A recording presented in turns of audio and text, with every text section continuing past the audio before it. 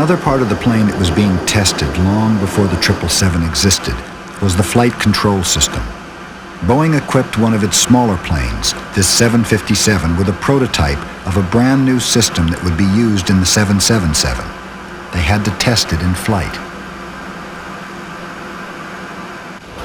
Right now I'm holding a lot of column force. These tests came after many months of testing in simulators on the ground. The new system was called fly-by-wire. I'll go to 10,000 feet and about 250 knots, and we'll stop there and do some evaluation. Fly-by-wire is an unfortunate term. Probably electronic flight control system is as close as you can come to the real definition. But it's simply the idea that we use electrical wires rather than mechanical cables to transfer signals from the front end to the back end of the airplane. Boeing's chief test pilot for the 777 was John Cashman. He would be the first to fly the plane once it was built. He quickly understood the advance that fly-by-wire represented over the more cumbersome system then in use. An airplane, particularly a large airplane, has large cables that run from the cockpit controls to the actuators that move the surfaces. And almost all big airplanes are hydraulically moving the controls. Those large cable runs are very difficult to rig and very time-consuming to maintain them in rig. So from a maintenance side, it's a fairly big improvement in terms of time to maintain. The changes that one can make and improvements that you can add to an airplane are much easily done if it's a computer card change versus a mechanical redesign. There's a pilot's joke about fly-by-wire systems that says that modern planes could be flown by a pilot and a dog. The dog to bite the pilot if he touches the controls, and the pilot to feed the dog. In fact, the computer systems that would be installed in the 777 were so intelligent that engineers believed they could make decisions that would be as good as those made by the pilot. But Boeing stopped short of letting computers fly the plane. It was a question of safety.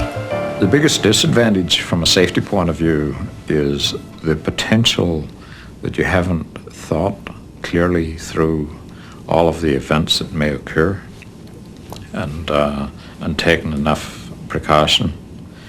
There's an apprehension anytime you change technology, and particularly when you switch from mechanical, which is visible, to electrical, which is not. And so to some extent, we've taken a conservative approach to make the airplane fly like a conventional airplane from a pilot's point of view.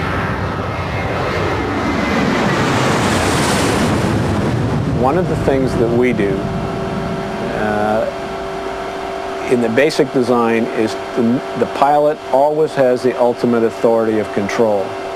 There's no computer on the airplane that he cannot override or turn off if the ultimate comes. But in terms of any of our features, even those that are built to prevent the airplane from stalling, which is the lowest speed you could fly and beyond which you would lose control, we don't inhibit that totally. We make it difficult, but if something in the box should inappropriately think it's stalling when it isn't, the pilot can say, this is wrong, and he can override it.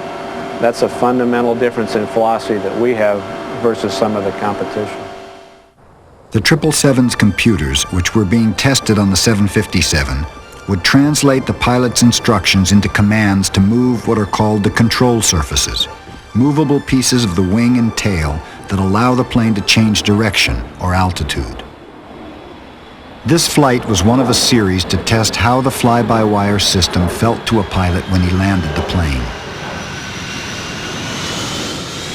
Like all testing on this new plane, every aspect of the test would be analyzed and discussed to see what lessons could be learned before the design was finalized. The process began with the post-flight briefing. The two pilots reported on how the plane felt as they landed it with the fly-by-wire controls. Well, you're the third pilot now to have an experience like that, not unique to CSTAR-U landings, but simply on various landings reporting that your initial flare input generated a result greater than you anticipated. You actually do that, you think, oops, you back off, and you always back off too much. Yeah. And you end up with a Navy landing, Uh-huh. That means a good landing. which by Frank's definition is an excellent landing.